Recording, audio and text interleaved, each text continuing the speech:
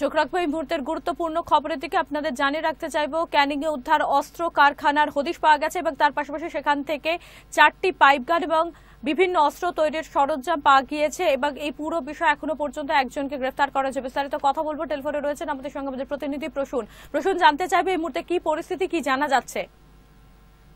যেটা জানা যাচ্ছে, গতকাল সারা রাত ধরে তল্লাশি চালিয়ে অবশেষে পুলিশ আজ সকালে একটি অস্ত্র কারখানার হদিশ পায়। সেটা দক্ষিণ 24 পরগনার ক্যানিং থানার শিবনগর গ্রামে, এবং সেই গ্রামে জয়নাল সর্দার নামে এক ব্যক্তিকে আটক করা হয়েছে, গ্রেপ্তার করা হয়েছে এই মুহূর্তে তাকে, এবং তার কাছ থেকে 4টি পাইপ গান এবং অস্ত্র তৈরির যাবতীয় যন্ত্রপাতি তাদের কাছ থেকে উদ্ধার হয়েছে এবং পুলিশের ধারণা তাকে জিজ্ঞাসাবাদ করে আরো বেশ কিছু অস্ত্রের হদিশ পাওয়া যেতে পারে।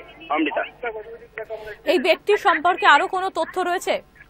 দেখো, ওই ব্যক্তিকে দীর্ঘদিন ধরে পুলিশ ট্র্যাপ করছিল, কারণ পুলিশের কাছে খবর ছিল যে বাইরে থেকে মিস্ত্রি আনিয়ে এখানে অস্ত্র তৈরি হচ্ছে এবং হাতে নাতে ধরারই অপেক্ষায় পুলিশ ছিল। এবং ওই ব্যক্তি সম্পর্কে যেটা জানা যাচ্ছে, ওই ব্যক্তি এর আগে বহু দুষ্কৃতী কাজের সঙ্গে কিন্তু যুক্ত ছিলেন।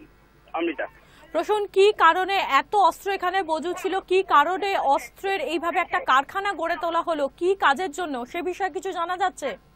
দেখো, এখনো পর্যন্ত এই বিষয়টা পরিষ্কার হয়নি, তবে পুলিশ জিজ্ঞাসাবাদ করছে। আরো সময় গেলে কিন্তু এই বিষয়টা সম্পর্কে পরিষ্কার হওয়া যাবে। তবে যেটা জানা যাচ্ছে যে এই দক্ষিণ 24 পরগনার এইখানে যে অস্ত্র তৈরি হতো, সেই অস্ত্র আশপাশের যে সমস্ত এলাকা আছে সেই এলাকাতে সরবরাহ করা হতো এবং বিভিন্ন দুষ্কৃতীদের কাছে এই অস্ত্র তুলে দেওয়া হতো বলে খবর রয়েছে।